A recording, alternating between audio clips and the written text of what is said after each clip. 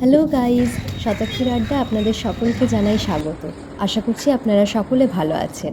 আমি চলে এসেছি আবার একটা নতুন ভিডিও নিয়ে।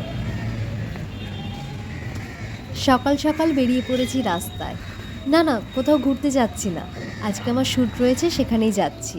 চলুন আজকে আপনাদেরও নিয়ে যাব আমার শ্যুটের জায়গায়, দেখাবো শ্যুটের কিছু দৃশ্য। হাই, তুমি দেবপ্রিয়া? ঠিক আছে।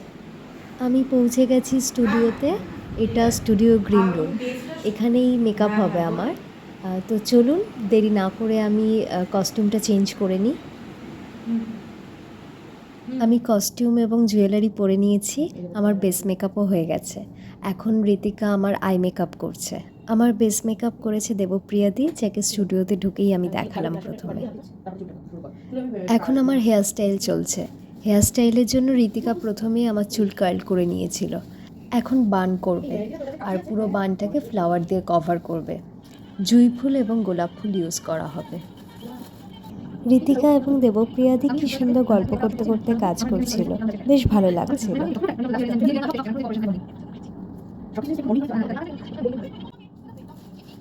আমার নিজেকে দেখতে কেমন যেন কদলীওয়ালার মতো লাগছিল।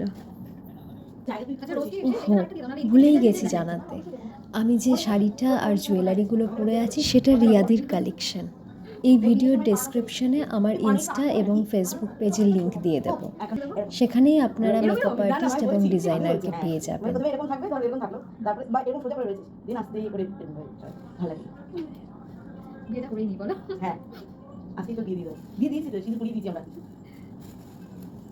আমার হেয়ারস্টাইল অলমোস্ট ডান। এখন আমাকে নাকে একটা নথ পরতে দেওয়া হয়েছে, কিন্তু সেটা আমার মুখের থেকে অনেকটা বড় লাগছিল, তাই আমি ওটা পরিনি। এদিকে ঋতিকা আমার লিপসের লিপস্টিকের কালার ট্রাই করছিল, ফাইনালি একটা রেড কালার পরিয়ে দিল। শাড়িটা যেহেতু একদম লাইট কালারই ছিল, তাই আমারও মনে হয়েছে রেড কালার লিপস্টিকটাই হয়তো এটার সাথে যাবে। আপনারাই বলুন তো, রেড কালারটা মানাচ্ছে আমার এই লুকের সাথে? অবশ্যই মনের মাথায় যেতে হবে। ও গড।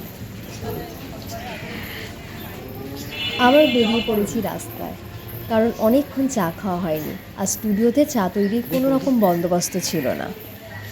শ্যুট করতে করতে প্রচণ্ডভাবে চা তেষ্টা পেয়ে গেছে। চা ছাড়া কোনো এনার্জি লাগছে না, তাই চা খেতে বেরিয়ে গেছি। চায়ের দোকান থেকে স্টুডিওর দূরত্ব ছিল বেশ কিছুটা, তাই স্টুডিওতে চা নিয়ে যাওয়া সম্ভব ছিল না, সেই জন্য চা খেতে বেরিয়ে পড়েছি আবার রাস্তায়। চা খেয়ে আবার চলে এলাম গ্রিন রুমে। গ্রিন রুমে কি আরাম জানেন, কারণ গ্রিন রুম তো পুরোটাই এসি, আর বাইরে রোদ, বিশাল গরম। যতক্ষণ শ্যুটের ফ্লোর তৈরি হচ্ছিল ততক্ষণ আমরা গ্রিন রুমে বসে প্রচুর গল্প করলাম। বেশ খিদে পাচ্ছিল, লাঞ্চ কখন আসবে ভাবতে ভাবতেই চলে এলো লাঞ্চ। লাঞ্চে ছিল বিরিয়ানি। লাঞ্চ সেরেই চলে গেলাম শ্যুটিং ফ্লোরে। এই যে আমার পাশে বসে আছে আমার কো মডেল সপ্তর্ষি। শ্যুট শুরু করার আগে আমি ওর সাথে বেশ কিছুক্ষণ গল্প করলাম, এতে শ্যুটের সময় একটা কমফোর্ট জোন তৈরি হয়, আর খুব তাড়াতাড়ি সুন্দর একটা কাপল শ্যুট হয়ে যায়। কিছুক্ষণের মধ্যেই শ্যুট শুরু হয়ে গেল। আমাদের এটা ছিল একটা কাপল শ্যুট, যেটা ট্রেডিশনাল কস্টিউম।